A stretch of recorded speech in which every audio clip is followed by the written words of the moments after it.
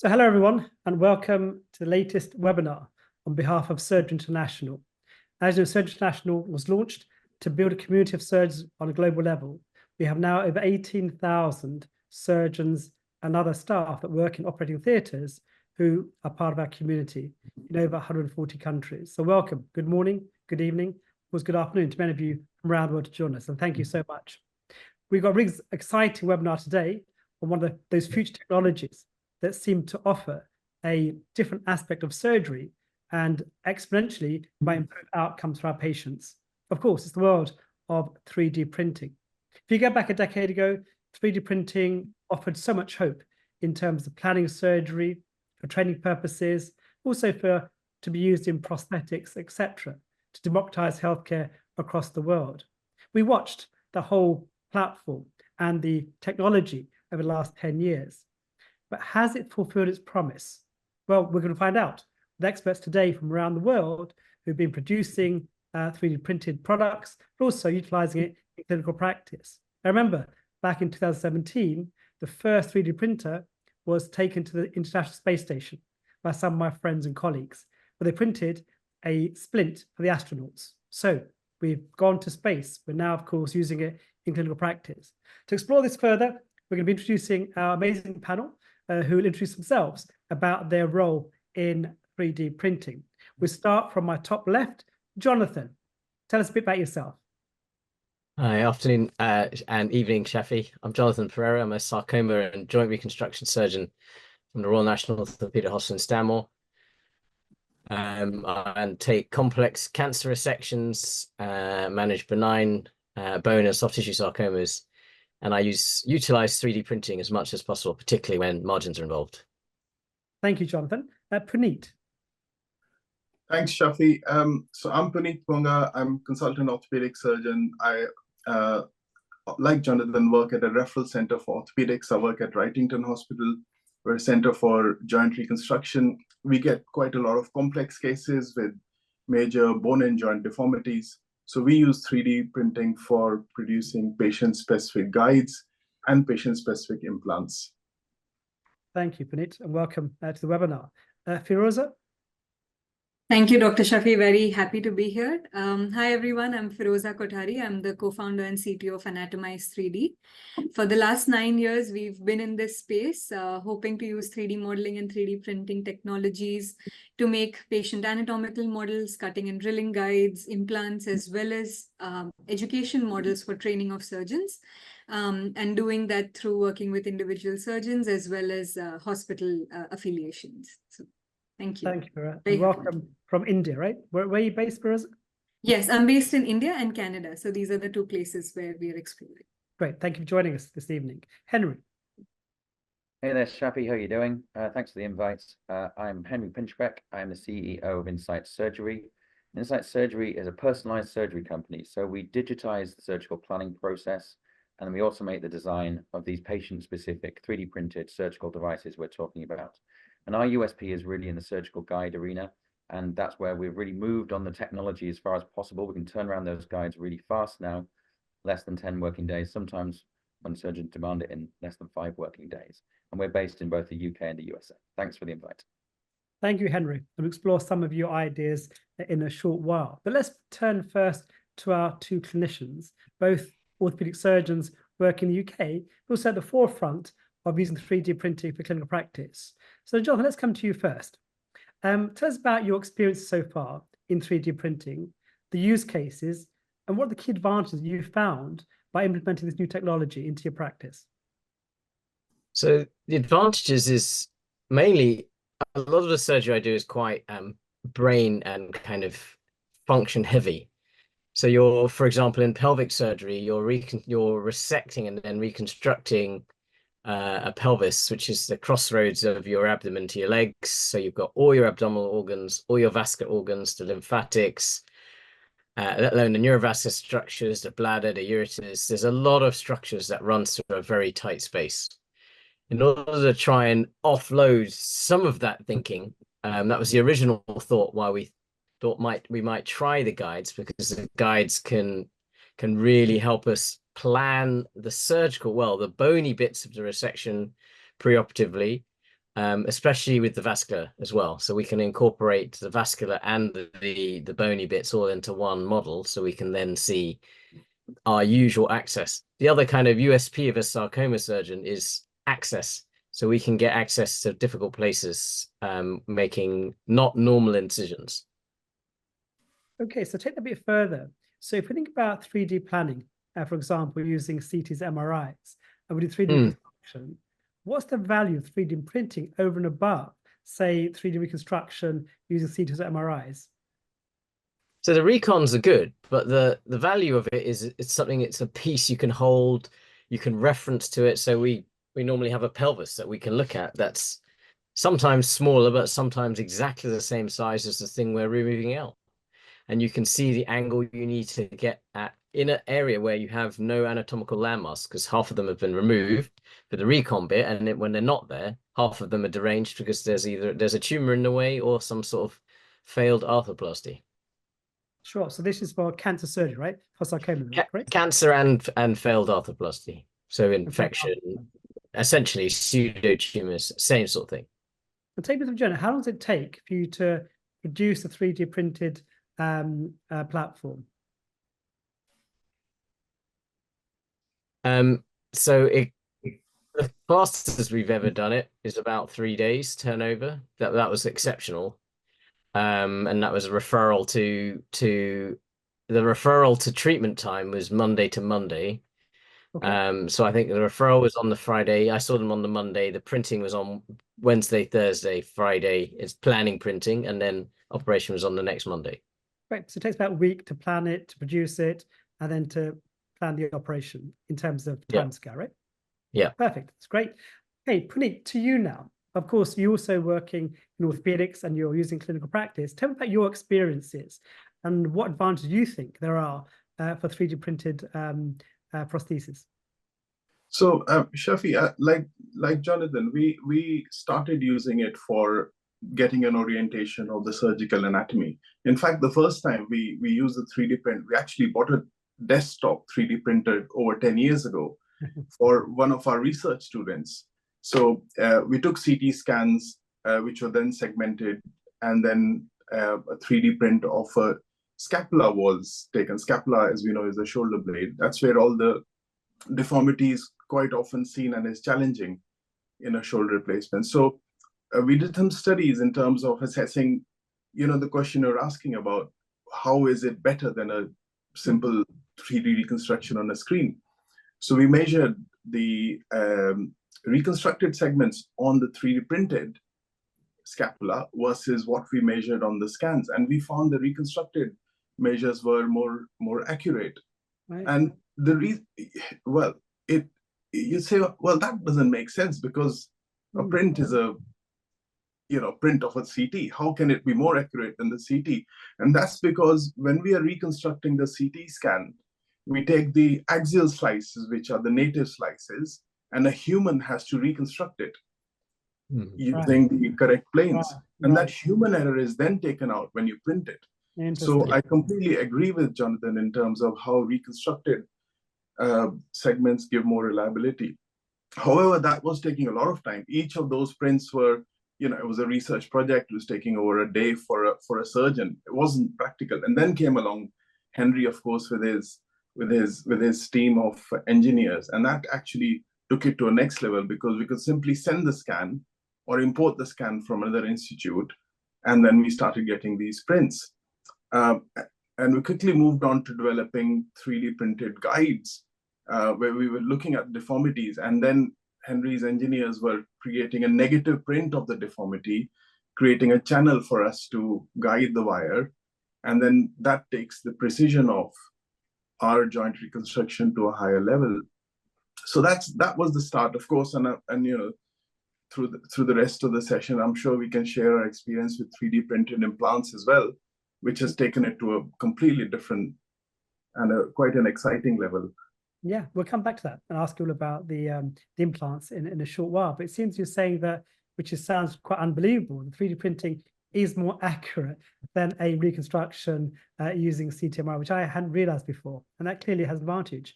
Can either of you validate the work being done? Obviously, people want to have evidence around Is there a good outcome? What is that outcome? Do you have any measurements or validation that you can say, hey, this is improved my clinical practice because of X, Y, Z? Is there anything that you can point us to show the real efficacy of this new technology? Yeah, I can talk about the research we did originally. I mean, this is research supervised by myself, and that was the model versus the CT scan. That was a non-clinical study. And I think in terms of clinical studies, we are currently working on assessing these 3D guides, which we have used on patients, and then assessing the accuracy of glenoid implant placement. So that work is ongoing. We did one cadaver study where we looked at the guides in cadavers. So we created deformities, created guides, and then looked at the accuracy in terms of angulation and translation of the guides versus the desired axis. So more work to be done, but there is some evidence coming out. So it's still early in terms of clinical validation, and that's kind of ongoing work that we're seeing as we go forward. Jonathan, anything from you in terms of the metrics we would use to define the role and why it would improve outcomes, for example? Any thoughts on that? Yeah, so we most of the guides we use are for big pelvic resections and pelvic and hip resection reconstructions. We've taken it to a slightly higher level in terms of helping with recon as well. So there was a case I did last week where I excised the hip joint in one go, but then cut the hole, so to speak, to match the hip replacement I was putting in. So actually that was very nice and it worked very well. But before we started all of that, we did a very kind of preliminary study where we took 10 patients and we compared them to 10 patients who'd had regular pelvic surgery, similar age, similar surgeon, and then we compared time of surgery, blood loss, blood transfusion, time in ITU, time in hospital. We haven't gone so far as to say so post-operative scores, because each patient is so unique, so they're not very comparable. So their scores are all kind of all over the place, if that makes sense. So there's not very comparison, but it did show significantly that there was a difference in blood loss, a reduction in theatre time, and a reduction in blood transfusion, and a reduction in ITU stay. So in theory, we're saving money by using these jigs. That's amazing. So you're seeing real impact from your own clinical practice, and that's for cancer work, which is obviously going to be very emotive. So well done on both of you of actually taking new technology, which is not easy, into clinical practice and pushing it into routine work. So well done, both of you. Now, that's the clinical side. So clearly we have now seen over the last 10 years a role for 3D printing. It seems to have impact, improving clinical outcomes, and there's obviously ongoing work as we go forward. But what about the business side? It's been a struggle, I think, for a lot of companies from the beginning to understand the mechanism in terms of a business model to get remuneration. And I think that's been a challenge for a lot of people. But I have spoken to Henry a number of times. And Henry, of course, we've met in Dubai a few times and other places. And so I'm very impressed with the fact that you've taken this whole business idea and kind of try to make it work. Can you share your journey through your company? What's happened over the last, say, 10 years or so? And how are you becoming to create a business model that might show reimbursement and long-term revenue generation? I'd love to hear more about that. Yeah, thanks, Shafi. Look, it's always difficult becoming, transitioning some technologies from the research stage through into like clinical practice. And I think one of the major overarching problems that not just Insight Surgery, that every company in this market, from the big to the small, is we still don't really have a good name for the market. We don't really have a good name for this whole set of technologies. You've called this webinar Future of Surgical 3D, perfectly good. Some people call this medical 3D printing, less good in my opinion. But I think in a way we're devaluing what this is, what set of technologies is all about. We're talking about the 3D printer. Now the 3D printer just prints the stuff at the end. All of the work, all of the hard, the technology grunt goes much before that. It's in the segmentation stage, it's in the design phase, it's in the merge with the scan phase. These are the really crucial parts. And so therefore calling it something 3D, I think slightly devalues it. I think we should be calling this personalized surgery, because that's what we're doing for our surgeons. We're personalizing the surgical approach so that when one of the surgeons turns up and said, I've got this complicated case, we don't think about the 3D printer. We think, what can we do to help your surgery? So I think personalized surgery is a much more all-encompassing phrase that brings us, and then we might get to the stage that people start valuing this a bit more, forgetting a bit about the 3D printer, honestly, which will come afterwards. We do need the 3D printer, don't get me wrong, you absolutely need it, but it's at the end. So first of all, if we can like reframe this, not to be about the machine, but to be about the process and the technology, I think actually we'll all go a lot further, a lot quicker. Having said that, that's very high level. You can't always do it. You certainly can't say to an NHS commissioner, oh, please, Mr. Commissioner, we're personalized surgery, please let us do this. What we need is, at the start, we had to have surgeons like Puneet and like Jonathan stamp their feet. Yeah.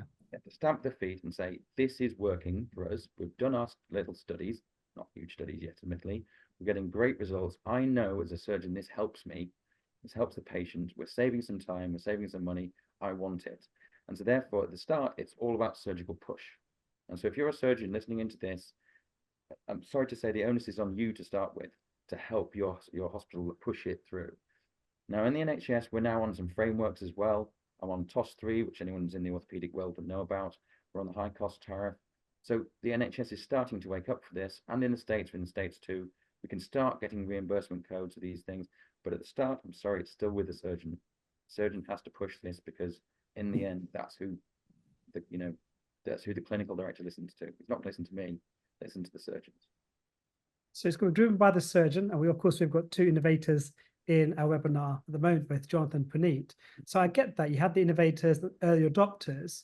So how many hospitals do you think are now working with you in the UK at the moment, Henry, in terms of the amount of hospitals engaged in this whole process? Yeah, so lots of hospitals are at various levels of engagement with the process. And they're all starting to understand there's not one thing. This is a really big market. There's lots of different use cases. I know what Puneet and Jonathan are both orthopedic surgeons, but actually what they do is very, very different. Yeah. Their uses of 3D printing and uses of personalized surgery, actually, they'll find some commonality, but it's not the same thing at all. So I think as we push the boundaries more and more with this technology, you'll find more surgeons going, I want to do this, I want to do that. And that's where we move with this. We move to follow the need. And there's a lot of surgery out there that needs a bit of help. Yeah, and I love the term personalized surgery. Thanks for that, Henry. Obviously, we've seen personalized medicine being used, the data-driven healthcare, all the usual names that they come up with, for example. And personalized surgery is also part of digital surgery.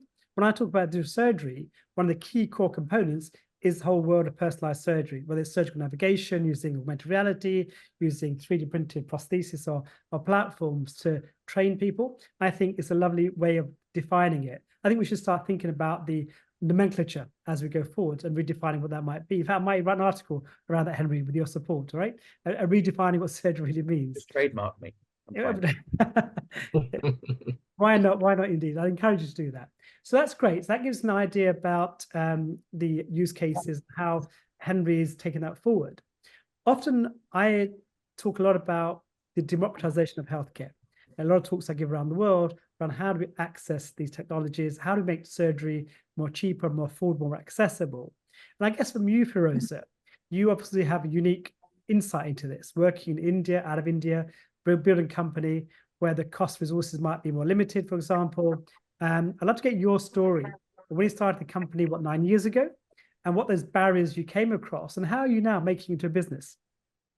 Oh my.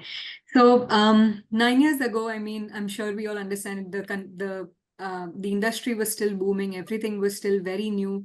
Most people in India were not aware about the technology. So I think we started from a point where we just had to start with creating general awareness in the community. And that was the time when in India, people had not even done soft tissue modeling. So pediatric cardiac modeling, kidney, livers, all of those very small bone cases were being done. So when we started, that was actually the first case that we did for a complex pediatric heart. And that gave us the impetus and the confidence to go ahead and speak with other people. So initially, it was all through word of mouth, reaching out to more and more doctors, trying and understanding what their problems are, how 3D printing can probably help. But as Henry mentioned, over time, even though I come from a different market, what we realized was that 3D printing is just a tool, but it is how you're able to apply it from the design perspective, and you're able to provide a solution that the surgeon is probably facing some problems with. That's where the entire crux of it is. So we started defining our pathways a lot better, started focusing on areas where we realized that the surgeon is genuinely needed some help in the operation theater. So apart from just making the models, then we slowly started going into customized guides, slowly then eventually started going into customized implants as well. And this is where we realized that working with individual surgeons has taught us so much on the design side of things, that there are innumerable things that we can do, almost over 100 different protocols that we have specifically designed for each of these. And then in terms of the growth was about 2 to 3 years ago, when hospitals started also finding, it's a private market, so majority it was the patients that was paying for it. But the hospitals started realizing that their surgeons are using it and they wanted to incorporate it in their practice.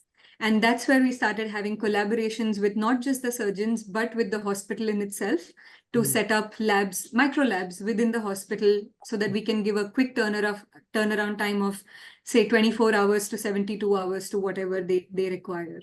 So yes, it's been a journey, baby steps throughout, but all in all, I think people in the industry have reached a stage where we know now where it is useful. And now with that information, how can we expand it further? That's the stage where we are at. Thank you. And you're embedded into the Apollo hospitals, you're telling me on a call last week. That's right.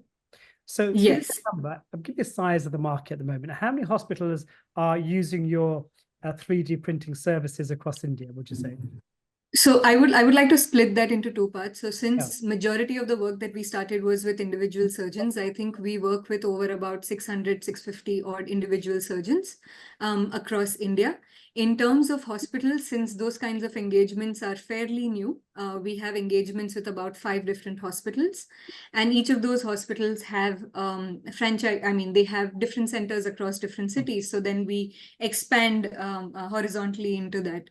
And with the whole hospital thing also, I think one of the things we realized that we thought that it was useful in just one segment, but once we started working with the hospitals and meeting more doctors, they gave us more and more ideas of how we can expand, not just using 3D printing, but using just the design for, say, patient communication, and explaining to the relatives how it is useful. So that completely opened up a new revenue market for us, if I were to speak on the business side of things. But yes, so we started off with one thing, but those collaborations helped us expand into newer areas as well. Wonderful. And each one you have micro labs. So you set up small lab in a hospital to be able to That's right. quickly. You said you can do it in 24 hours from the planning to delivering of a print. Is that right? That's right, yes. So we set up our 3D printers. We have our own manpower set up over there. It's a design house, and we, as soon as the case comes in, within 24 to 72 hours, that's the timeline that we look at, depending on the complexity of the case. Great, that's interesting. So Jonathan, 24 hours, Henry, that's what we need going forward. Clearly, there's obviously some way of doing this. I'm not sure what kind of platform you use. That's really interesting how quickly you can turn it around from that perspective. Back to our clinicians, in a sense that obviously you're innovators, you're early adopters, you're pushing a boundary, and surgery needs people like you to be able to show the use case of these technologies, but it's not for everyone. People struggle often to persuade hospitals to invest, to finance, and to push it hard. Obviously, it's research grants sometimes, or early small pilot studies. So both of you, Jonathan first, how have you gone about persuading hospitals to invest, to pay for the initial services? And how do you think you go on making it a viable product for your hospital? Jonathan. So complex. Our hospital has a committee, that kind of research committee, that you have to kind of put everything through and kind of get it agreed, and they say, okay, we can do that. And then that's partly when it goes down the formal research route. Yeah. When we're doing pilot things, especially when it's audit or when we're trialing stuff, which is 10 patients, so it was a relatively small trial. Currently, we're in process of collecting the data as we go. But it has already shown early results to show that actually it does help. It does take the significant stress off the surgeon, I have to say. Okay. You don't have to think about where is this cut going. So you have to remember I'm cutting somewhat blindly inside pelvises in angles that I've already pre-planned, skirting past things. It's not the easiest part of the world. Plus the pelvis is moving around when you're operating. So it's not very easy. In a hip replacement, and even in a complex hip replacement, you can see that some surgeons actually find thousands of ways to kind of reduce the variability of what they're doing, the whole girth thing. But like by positioning, by where their bolsters are, and all of that, just to show that I'm reducing my variability by this much, this much, this much. With us, because the patients are so different, we initially spoke about it, and then we thought, well, let's at least try, because it makes perfect sense. The best thing that we found was if we prescribed a 5mm margin, you would get a 5mm margin. If it was 10mm, it'd be 10mm. If it was 20mm, it'd be 20. And it's literally millimeter perfect. Wow. And I can't ask for better than that. That's amazing. And I agree with you. As a colorectal surgeon who spent his entire lifetime in the pelvis, I concur. That's not the easy place to be. And it can be quite hazardous at times and rather traumatic. Yep. I've been there many times before. So if that helps you, Jonathan, I think that's a huge advantage. And thank you for sharing that, because I think that is going to be a key differentiator as we go forward. Putting your experience, I know you do some research around this. How do we make it viable in terms of economics from a hospital perspective? How do we persuade the commissioners, the payers? Obviously, Firoz has mentioned that she's gone to the private sector first and foremost. It's like a different model. The patient will pay for the device or the prosthesis. What are you thinking, Puneet, about your hospitals and your experience? Now, both of you work in the two kind of almost best hospitals of orthopedics in the country, right? So you're at the forefront of that kind of change. Yeah, so I think I agree with Jonathan. I think the precision and the clinical value has to be at the center of it. So we've gone about it in two different ways.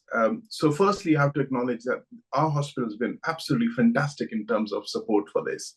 They support innovation, they support new things within the nice governance framework. So the thing which has really helped us is starting as a research project, starting small, and then showing that, listen, this is what we've done and this is much better. And the thing which, if someone's thinking of taking this sort of technology up, it helps by going and speaking to the person involved. Even non-clinical managers, you take to them a 3D printed model of the deformed bone and show them the challenge you have. And they tend to agree when they see what you're dealing with. So, taking at that level, at a personal level, I think helps a lot.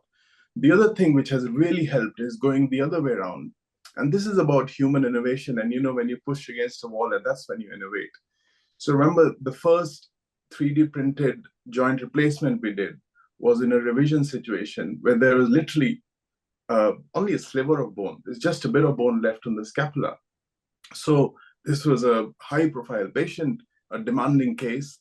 And we thought, well, you know what? We have to do something different because the standard implants wouldn't work.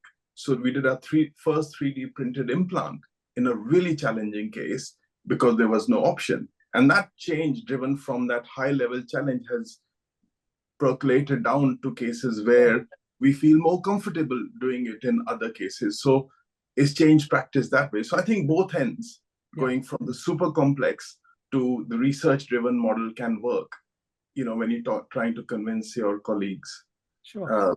For that prosthesis, Puneet, what was the material that you used? Because orthopedic prosthesis or implants have to be quite durable. So what were you using? What kind of compound? A lot of this is titanium based implant. I think, as I understand, and I'm not an engineer, but titanium lends itself to and the modulus of elasticity and all that kind of stuff is quite conducive for reconstruction. And that's been our main material, really, titanium based alloys. Henry, is that what you've been using? Tell me more about the compound material. What are you thinking? What we're using for these implants? Well, we've got to be clear. We're talking about three categories of things here. We're talking about anatomical models, which are the diagnostic devices, and you print those in kind of whatever you like. And we're talking about surgical guides. You're talking about printing those in plastics, sterilized plastics. They're implanted into the body, Yeah. both in Jonathan's case and in Puneet's case, and in thousands of other surgeons around the world's cases, for 20 minutes or an hour or 2 hours or whatever that might be. Those are Yeah. plastics. They're used as drilling guides. Yeah. The third bucket we're talking about now are custom implants. Custom implants, you know, I'm the lawyer, not the scientist, but these are titanium 3D printed constructs. So I believe there has been a couple of cases kicking around the world where people have implanted other materials, but the 99.999 recurring is these are titanium 3D printed, and they're not as rare as you think. This is a big market and a very fast growing market. But lots of surgeons around the world using 3D printed implants for all types of orthopedic surgery.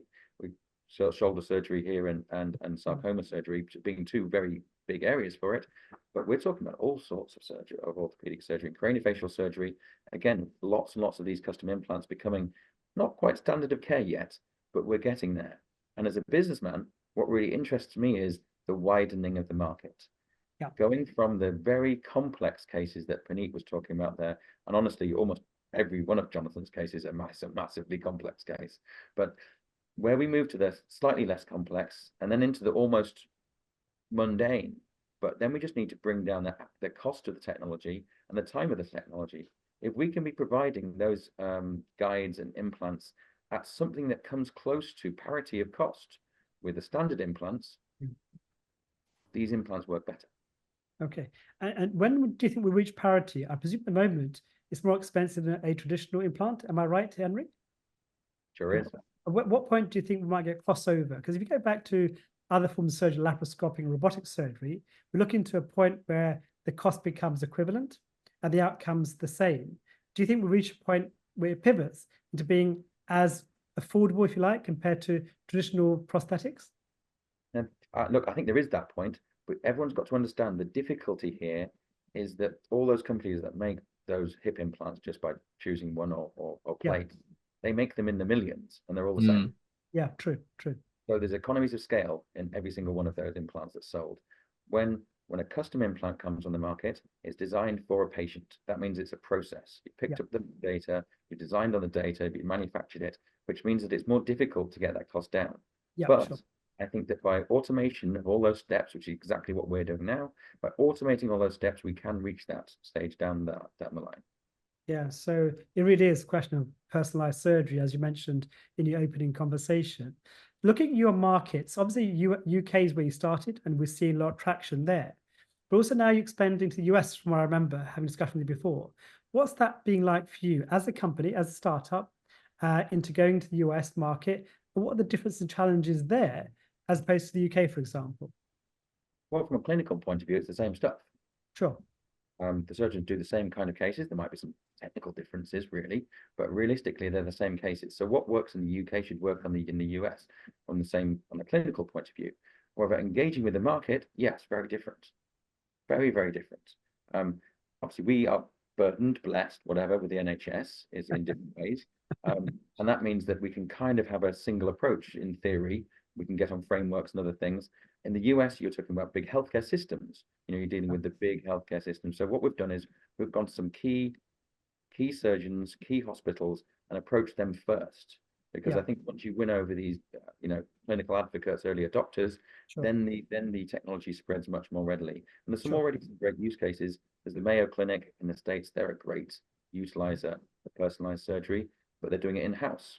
I think that's a difficult way to do for many, many hospitals. So therefore, we like to offer an alternative to that, where surgeons can get their hands on all the great tech, improve their practice at a reasonable cost at a really fast rate. Yeah, now that kind of makes sense. And what about the insurance model? Obviously, reimbursement's the key in the US, being an insurance-driven model. Have you managed to approach any of the companies like Green Shield and others to see whether they have got the appetite to reimburse it along the insurance lines? Yeah. Well, look, there's class 3 CPT codes available in the US already for models and guides. They're class 3, they're not class 1 yet, but that's just, it's a question of getting enough cases running through. But also, we're still working on the complex cases, and the complex cases you quite often get pre-authorization from the hospital or go to into the payer and say, yes, we've got this case coming up, will you pay for it? And again, we're still at the stage, we haven't got to standard reimbursement yet, it will come. where those on a one-off basis, the hospital will get them reimbursed on a one-off basis rather than having to pay.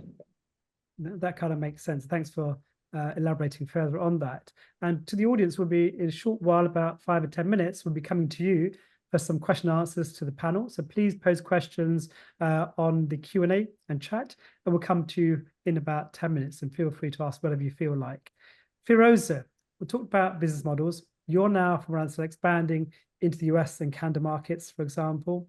What has been your journey around that, and how have you found the penetration and also the reimbursement models that Henry's just mentioned briefly in the conversation?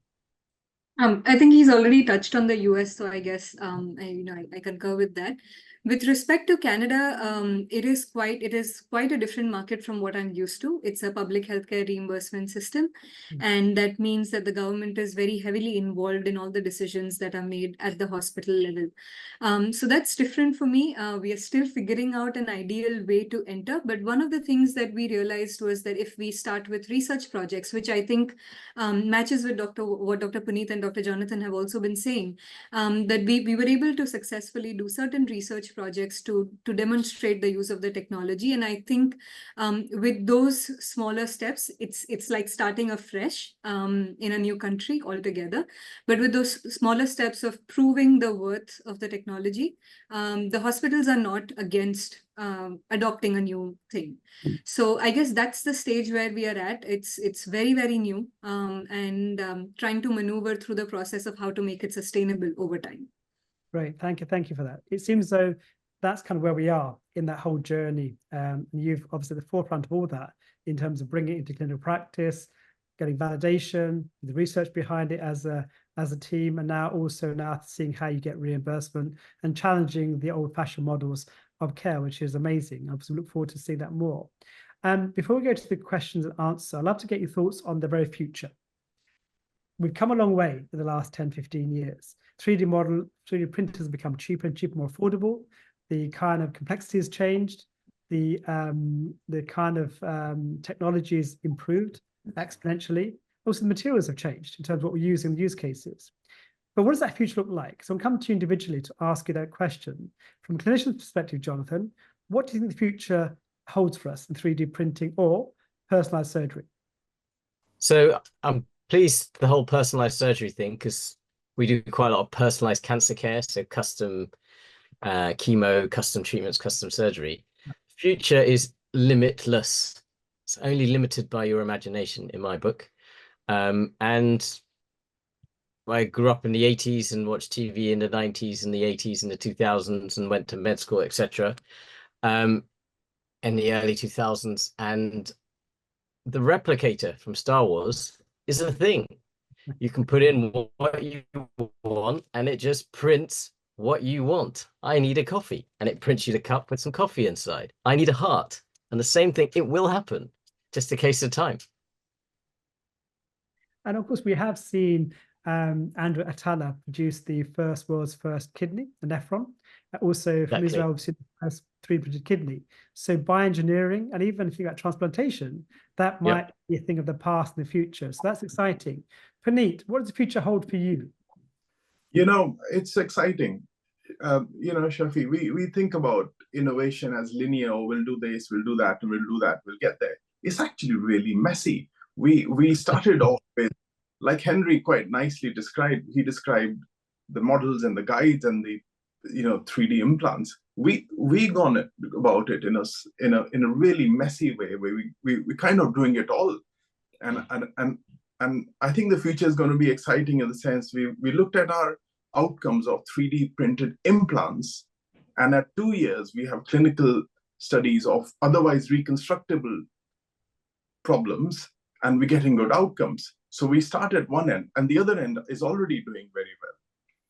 So if you think about the challenges of joint reconstruction, which is my area of specialism, we at a given stage, we have 100 different implants available in theater for a particular surgery. So it might be the glenoid size 2, the humeral is size B, and there are multiple different parts to it. You don't need any of that in future. You need a CT scan, you got a 3D printed guide, model and implant made for that patient. None of this inventory. So much better for the environment. So that's just the start. So I think it's when the maths add up. But I can see the passion in both of you, the excitement, the passion, the endless possibilities, limitless, as Jonathan mentioned. So that's really exciting to have people like you driving that and showcasing what is possible. Firoza, what is possible? Tell me what that future holds for you. I mean, I think if the doctors are excited, the business people are always going to be excited, the people who are going to be able to provide those solutions. So I'm happy that Dr. Puneet and Dr. Jonathan are giving such positive reviews. But I mean, I completely agree with the fact that this needs to become standard of care, and we are slowly moving in that direction. Not necessarily having 3D printed physical models, but how can you use the virtual side of things as well, because that reduces down the time for manufacturing, but also you're able to give a lot more information to the clinician or the surgeon to be able to do it. And I want to add one more thing. It's not necessarily related to patient surgery, but the education models where surgeons are trained on. If they have access to that, to complex cases, not the cadavers and all, there are of course ethical issues around it. But if there are complex cases as 3D printed models or virtual models given to surgeons to practice on, we've received very good feedback in terms of how it's helping them in their career path in the future, and also cater to patients a lot better and faster. So I just wanted to throw that out there, that I do see a huge future in that segment as well. Thank you, Firoza. Henry, what is that future? Tell me, Henry.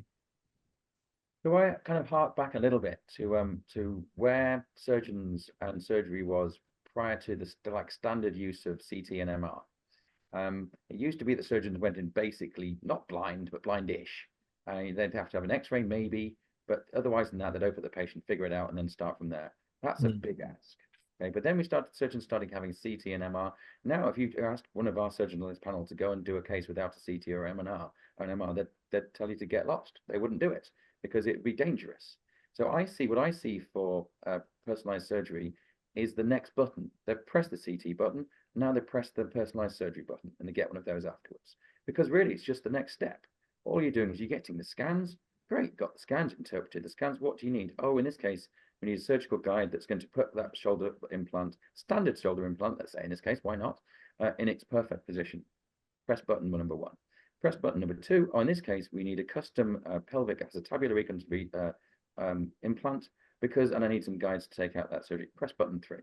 And that's where I see we're going with this. It's just the next stage of, scan being turned into device. Personalized surgery. I don't think that bit is magic now. I think we can all look at that and say that's achievable. That's achievable in a relatively short period of time, as long as these various different technologies coincide with it. So I don't think we're talking about tens and tens of years here. If we're not doing this in that complete thing that I just mentioned there in 5 years' time, we haven't succeeded here. We should have that. So yeah, I think you're right. A 5 years' time is plenty of time to have more adoption, and people like you driving that change and the adoption from clinicians like Jonathan and Puneet to drive it all going forward. So we look forward to watching that space. Now let's go to the Q&A. We've got a number of questions that have come up. A question from Ross. 3D printing is extremely powerful for orthopedics and printing bones or surgical guides. However, there's a huge gap in the market for soft tissue 3D printing. How do you see this area developing in the future? And have you personally explored new materials for soft tissue printing? Who wants to take that? Firoza, you first. Sure. I'm not sure by soft tissue 3D printing if they mean bioprinting. If they're speaking about bioprinting, then that's a completely a different subject where my expertise is not very good. But if I were to just touch upon that, there's a lot of research going on out there, utilizing different types of cell tissues to see how long they can survive in vitro, and test whether they're able to, form any blood vessels together. So, I mean, if the question was towards bioprinting, then I guess that's what it is. But if we are talking about soft tissues for patient anatomical models, then there's a lot of work that has happened. There are many printers available out there that can provide you with the kind of feel that you would that can mimic a soft tissue. But that being said, 3D printing is just a tool. there is no necessity for being restricted to 3D printing. There are other technologies that we can utilize, such as casting, injection molding, silicon molding, which also further enhance the experience of the soft tissue model. So I hope that answers the question. Very helpful. Henry, would you like to add anything else to that, the soft tissues? Yeah, look, I think the question was probably aimed towards bioprinting as well. And I think that this is, in my mind, my simplistic legal, businessman mind, is just another step. What we're talking about here is just because you're bioprinting a construct, you're still going to need the same platform. You still need to pick up some patient data, you still need to do the design process, then you need to the manufacturing process, then you need to deliver it. You have massively simplified that market, of course, but that's the point. We've got to get these technologies into the market. And so all of that fundamental research that needs to happen in bioprinting, of course, that needs to happen first. It needs to be regulated, but then sooner or later, we need a pathway to get all that tech into those surgeons' hands. Thank you for that, Henry. Thank you both for that question and answer. Question from Mohammed Usman, and he talks about something that I've been very passionate about. That's the instrumentation, saying that if we have customized 3D implants for specific cases, what about the instrumentation in terms of tools for grasping, for cutting, and maybe scalpels? And I share an anecdote with you. I was on a CNN a number of years ago with Julian Wong from a 3D printing company who sent the first 3D printer to space. And actually, she brought out in CNN, opened a bag, which was the first 3D printed scalpel in space. So you have this this kind of bag, and then she printed it in space, for example. So we're seeing some of these instruments. I actually had a whole set of forceps, scalpel, and grasper from the company. So do we see that being used at the moment from your experience, both Henry and Feroza? And I guess Puneet and Jonathan, have you used any of those kind of devices to be able to operate rather than implant? Jonathan, Puneet, you first. So for I've used a couple of customized things for that. I mean, like the problem with sarcoma surgery is the anatomy is all so varied, so you can't really. I don't think the kind of bog standard retractors are fairly useful. What does make a massive difference is the jigs. So they're jigs for helping me use another instrument. So I use something called a bone scalpel, which is basically it cuts through bone, essentially like a pen or a scalpel. And those jigs guide me. And so essentially it's doing what Mohammed's saying. It's doing customized things to guide my surgery. So actually it makes it a lot easier. The retraction and stuff I mean, those things are age-old, Langenbecks, etc. Everyone knows what they are. Yeah. So for Henry, have you produced any 3D printed support like scalpels or retractors? Is that something you're doing, or is that something not really part of your business? It hasn't been to date. I mean, as Jonathan quite rightly said, we consider the surgical guides that we make. They are surgical tools. I mean, they are implanted for a period of time. They help the surgeon, both the surgeons on this call, make sure their resections on the placements are accurate. In terms of like you want to use the word mundane, but those tools, I'd be interested if you're going to have it specific to the patient, you may as well have it patient specific to the surgeon as well. Some surgeons have got big hands or little hands or like things bigger or smaller. So I think there is definitely a point where that will become interesting. I just think we've probably got a bit more of the other stuff to do first. I think when we're doing personalized, yeah, fine, let's throw that in as well. But I think right now, I think where we should concentrate on is those either the customs, the guides, the custom implants, the guides, and the models as well. That's what I'd say. Thank you. Feroza in India. Sorry. Feroza in India. Sorry. So in India, is anybody producing or mass producing some of these 3D printed devices? A few, yes, but I would like to add to that the idea of the adoption of this technology is essentially not to reinvent the wheel. I mean, the things that work, they work really well. The idea is to enhance the entire experience and what can be done to make the surgeon as well as the patient outcome better. So making the personalized guides and using the existing instrumentation that serves the purpose of, so yes, it's about how we can bring more to the table, not replacing the existing tools that are there. Thank you. We'll go to another question. So for joint replacement 3D printing, are you designing it locally, then outsourcing to manufacturers? Fairly straightforward question, I suspect, for you, Henry.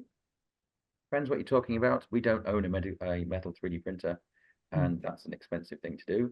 And I think that's a specialized job that I think we should be doing, honestly, as a business.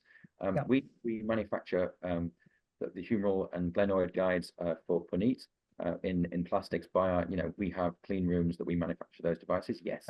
Similarly, so for all of our guide products and our anatomical model products, yes, we manufacture them ourselves. We subcontract, yes, we subcontract the manufacture of the custom implants, and that's a very specialized job. Okay, that's really helpful. Puneet, is that your experience? Because obviously you've used some of these prostheses you're saying, right? Or implants. Yeah, I think it's a different sphere of work. I think and they kind of flow into one another. Like we worked with the 3D printed guides. We talk about 3D instruments. I was just thinking about it. Actually, we use adjuncts to our given instruments. So, for example, the drills that we use in orthopedics, and if you're drilling against a very crucial structure, and we've used 3D printed drill stops where you can drill only so much, but no more, because beyond that is danger. So those drill stops, customized drill stops, are enhancing the current instruments. So I'm going back one question, but I think that's where it comes very useful. And yes, we use a different provider for the 3D printed implants. And we like I said, we looked at our results, and we're getting some nice clinical outcomes on that. Right, thank you. A question from a medical student. Let's go to Beckley Augustine. I'm not sure which medical school you're from, but she is saying she's obviously quite passionate. She loved to get involved in helping, supporting, or learning about this. How could she get more involved? It's early in its inception. Not many people are doing this kind of work. So any ideas, guys, from how would a medical student get involved in this innovation? Clinicians, Puneet and Jonathan, any ideas? Yeah, I would say I think it's really exciting that medical students are interested in this. I think research and innovation, these are the future. They have the brains and they have all the good ideas. They need to get involved in the research and innovation side of things. I think that would be really neat. That would be really good. And they need to identify interested students at an early stage. They need to find people like Feroza and Henry who are willing to work with them and take it to the next level sooner rather than later. Thank you. Any internships available? I'm sure a lot of people come to now linked. So I'm sure you go to LinkedIn, search Henry and Feroza and ask for internships. That's kind of what the answer is going to be. Any opportunities out there for young people who want to get involved? Henry and Feroza? Yeah, so we're always looking for people so many times we end up having people who may or may not enjoy it going forward. So it's always ideal for us people who understand anatomy, who are interested in the field and want to innovate in that. If they would like to join our team, we are always welcoming for that. And just to answer the question, how they can start, if they're interested in the whole designing aspect of things, then there are a few courses available out there as well, which they can take. It would take a couple of weeks, but it'll give them a good idea to understand whether this is the direction that they want to go in or not. And if yes, then there are other opportunities available to explore as well. So yeah, but to answer that question, more than open to have a discussion about internships. Thank you. Henry? Yeah, I think also as you're a med student, looking at the kind of hospitals you want to apply to. I mean, we've got two incredible hospitals in here, the Royal National and Wrightington. Those hospitals kind of like to shout about the fact that they use personalized surgery because it's cutting edge. I think it attracts clinicians to those hospitals because you can see that the hospital's cutting edge. So I think that you can kind of target where you want to go as a student, as a doctor, based upon where do you want to be in a few years' time. Whether we can help a little bit. I'm always happy to have a call with someone, have a chit chat. But I think honestly, look at your career path, see where you want to go. And look at the superstars like we've got on the call now, these surgeons, and figure out how to get in that trajectory. That's entirely true. I agree 100% because Wrightington's an exceptional centre. It attracts people far and wide. I have many colleagues that have done the hip fellowship there, like across the world, who have done it because it's such a good thing. You have to target where you want to go. Henry's 100% right. Thank you for that. Question from Rebecca Albrecht around how do you hire engineer roles, inspire next generation of personalized healthcare 3D designers coming from outside traditional medicine and engineering? She's come from a film and TV background, and now she's molding, casting, converted that into 3D models. Is that, I mean, we talk about jobs in the future, and 70% of all the jobs have not been created yet. AI will create a lot more jobs. So actually, that's a whole change industry. Henry, I'd love to get your insights into what's going to be in the future, what kind of positions will be available, what kind of people will be creating this new world that we describe. Well, look, honestly, it ain't an easy thing. I mean, we have a lot of applicants and we don't take many people, but a biomedical engineering degree or similar, something like that, that's got design background to it as well. Then even when someone's come out of that degree and maybe a master's as well, we have like a 6-month training program, because you have to understand your surgeries. You have to have my team, when a surgeon phones up or they're on the call, they have to understand what the surgeon's talking about straight away. It can't just be a one-way, what did you want there, please, conversation. So that takes time, but I think concentrate on the academics, get that biomedical engineering degree or design degree, then come in, find there's some great companies. I'm not the only company in this marketplace. Sure. So there's some really amazing companies out there that will hire young graduates onto their schemes and give them the skills, because this is a really fast growing marketplace. If you can get those there's a great, for example, I've got some friends who run a course at University of Liverpool, great course there. So go out there, have a research and ask the questions. Do you cover design process for custom medical devices? Perfectly reasonable question. Great, thank you for that. That leaves us 1 last minute, and I want to thank our panel, of course. I'm going to leave you with a quote from Abraham Lincoln, who says that the best way to predict the future is to create it. What we have here are 5 people who are creating that future for us. So thank you to all 5 of you for joining us, 4 of you, Puneet, Jonathan, Firoz, and Henry. Thank you for all the questions and for interacting, and we'll be in touch with the next webinar in 2 months' time. But with this will be shared on YouTube the next couple of days. We'll share the links for you to have another look if necessary. Thank you for joining us. Thank you for a wonderful panel. I've learned so much, and I'm so excited by the future. So thank you all.